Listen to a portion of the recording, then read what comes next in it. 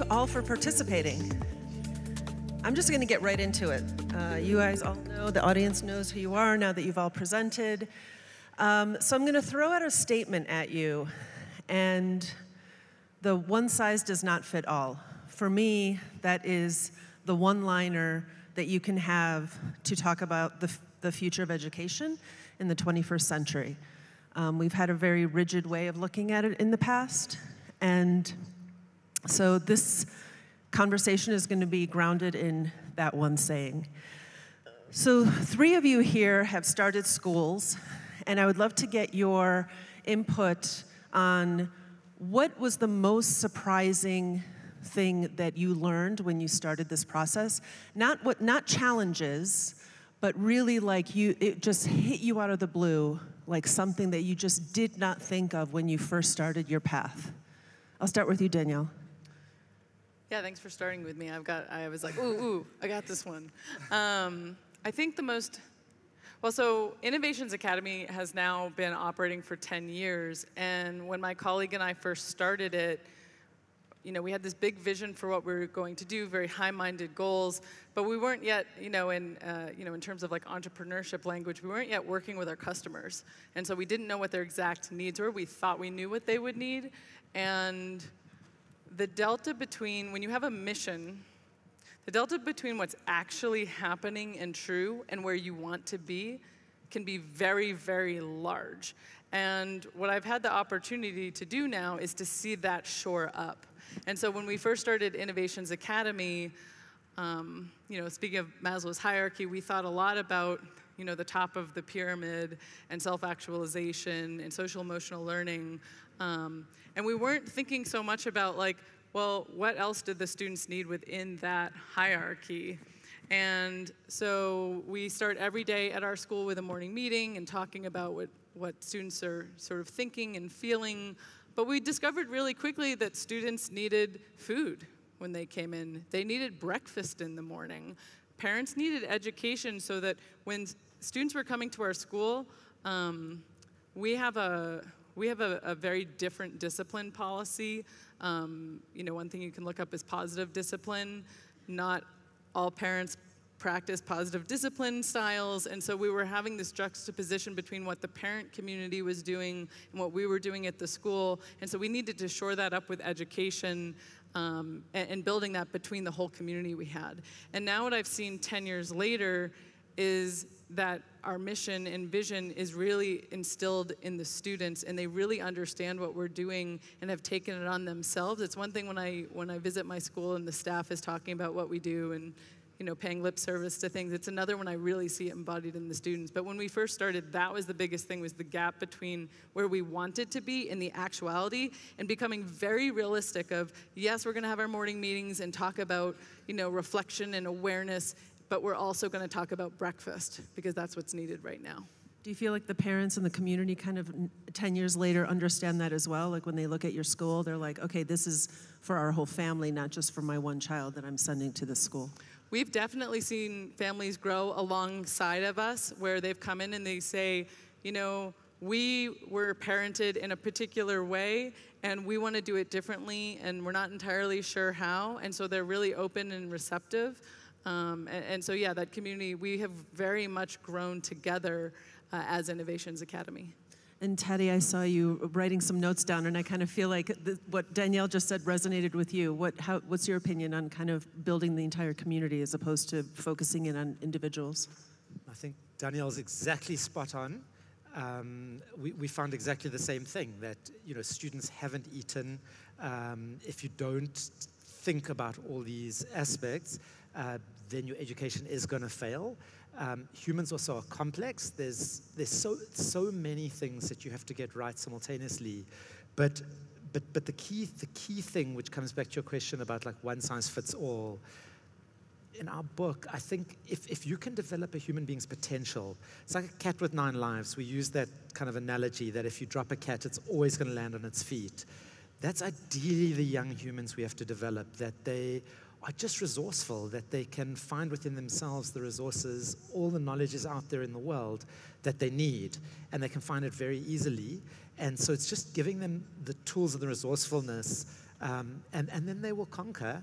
And I think two other things that surprised us. The one is that, you know, I remember when eBay came out and they based it on trusting people, and everybody said, how could you trust people over the web that they're actually going to send money people you've never seen before? So we've got a system called Pay It Forward, where every single graduate, provided they're working, has to fund another student. And everybody said to us, they'll never do it. They're going to be out there, they're supporting their families, who's going to, you know, bother doing this? But the percentage who do it is astonishing. It's almost all of them. And also we've had a number of graduates who've given up huge paying jobs to come back and help other kids. So it just shows you that, you know, if you trust and believe in people, they won't let you down. I love that, thank you. And for you, Fred, what is the kind of surprise when you started on this journey? During your talk, you said we opened this campus, and it was incredible, but what was your kind of like aha moment or surprise that you hadn't thought of before? The biggest surprise that I've experienced in developing these different education institutions in the last 15 years has been the importance of culture. You know, one thing I've learned is that outcomes from education come from two places. One is what you put into a student.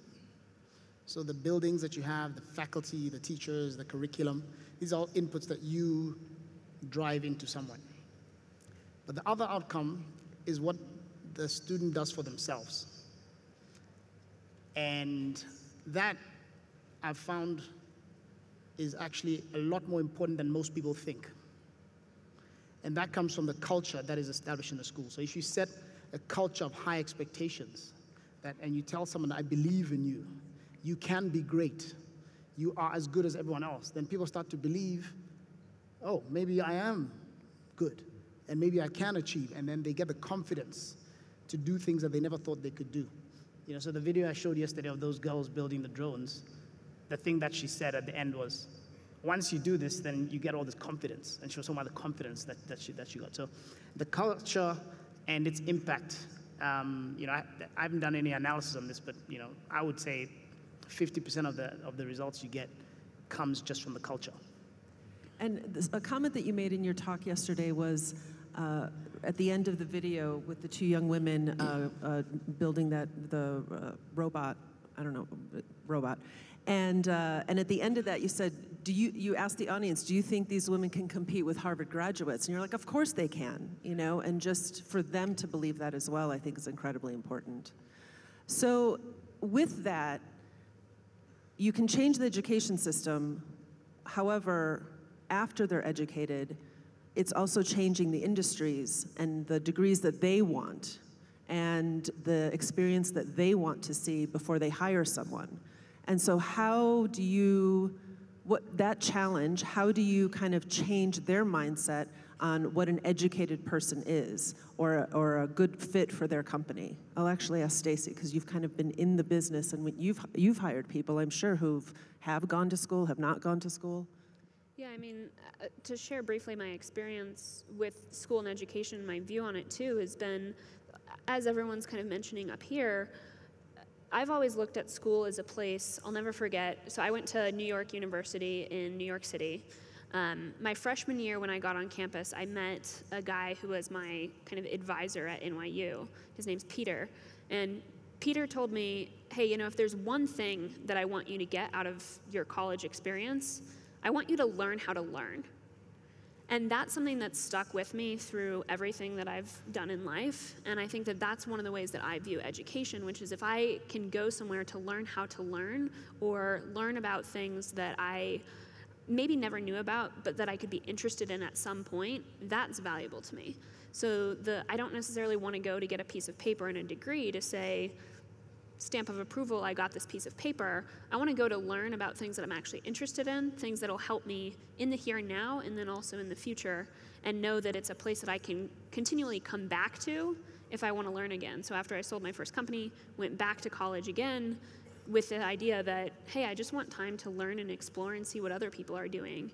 And whether that materializes into a degree, I don't really care about that. I just want to use that as a springboard into finding what's next.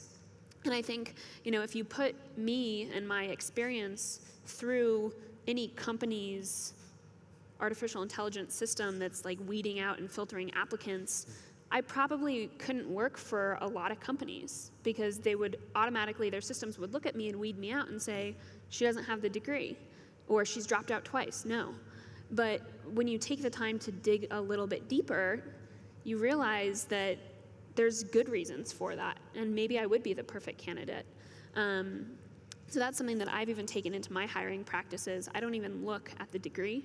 I look at what has this person done, ideally a project that they've worked on. Maybe it was in school, maybe it was outside of school. What's a project that they've completed that they saw through from start to finish, and then ask them questions about how they accomplished that project. And I think that in the hiring process has gotten me so much farther than screening for a college degree. Yes. And there are a lot of people here from our sponsors who are very high, amazing companies, and we thank you for your sponsorship, but this goes out to all of you. When you are hiring all those people for your companies, is to think about what you actually need in an employee. Something Danielle said earlier is that we allow other organizations to kind of vet people, and those organizations are usually the educational industry, and we say, oh, they have this, so they're going to be good at that. And maybe switching the model where the industries take on that responsibility of actually vetting the people, and then also leading into the next question, this idea of lifelong learning, that it's not just a small amount of time. And so for both Fred and Taddy, like, how do you instill that in your students, that this isn't just this short amount of time, but that this should be this should be your entire life. You should be, you know, constantly learning. I'll let you go, Fred. Yeah, so one of the things that we talk about a lot at our institution is that we need to move away from what we call just-in-case education, where you learn all kinds of facts and figures just in case it becomes relevant to you one day in life, to just-in-time education. Because the world is changing so fast that you never stop learning. You need to keep acquiring new skills as the world changes, and you need to adapt yourself. So, but traditional education institutions have been set up only to give you a one-time dose of education. And so we've actually deconstructed our whole organization, and we basically tell our students that you never graduate. So there's an entry date, but there's no graduation date. And we have actually launched a set of lifelong learning centers that we are now calling ALX, which is it's not registered as a university, because the university regulations would ask you to have a defined period at which they graduate. So this is not registered as a university. We set it up in a co-working space, and you can come there for, you get membership. And for your membership, it gives you access to lifelong learning. So you can come there for an evening course on blockchain today. You can come there for a week-long course on artificial intelligence next week. You can come for a 6-month course as a middle manager, how to develop data science skills. And your membership, it's similarly to how you pay membership to a gym to train your body, you pay membership to ALX to train your brain. And so that's how we've set it up, so that it's not just a theoretical concept, but you actually can be a lifelong learner. Taddy, do you? Yeah. No, just on what you were saying, is the sound working okay? Yeah, just what you were saying, how tough it is. One of our partners, who I won't mention their name, but I mean, just to get a sense of the levels of unemployment and how desperate people are for jobs, this partner takes 10 graduates per year.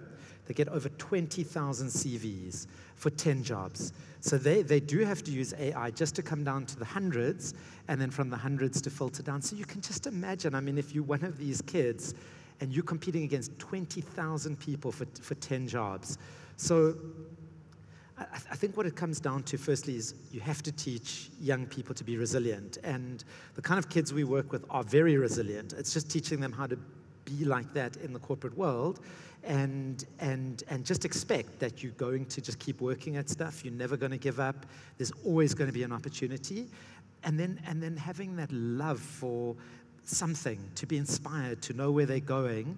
And then if they love where they're going enough and have found their life purpose enough, they're going to convince somebody that, and we find that's the case. Over 95% of them get employed and stay employed. They will always find somebody who's going to feel their passion and commitment to what they love to do and what they want to do. So I think teaching those kind of skills, resilience, etc. The other thing is, you said as well earlier, Bohdanna, is a lot of us probably grew up with two parents. My parents got divorced, but at least I had two parents, things like that. That is not the norm in South Africa, which is kind of weird, is people don't grow up in a family structure anymore. Like so many of the people, 9 out of 10 of the youth that we work with, growing up with one grandmother, child-headed households, things like that. So we learned so much from our parents. All of us learned so much from our parents, our values, etc. And I think if you're trying to run a school or educate youth today, you cannot take for granted that somebody grew up in a family structure, that they got those values, that they had a father figure, anything like that. You can't assume it. So I think it's very important that education has to take on a much bigger responsibility. It's not just math and science, but it's not just math and science. How do you live the best life? Yeah. Right.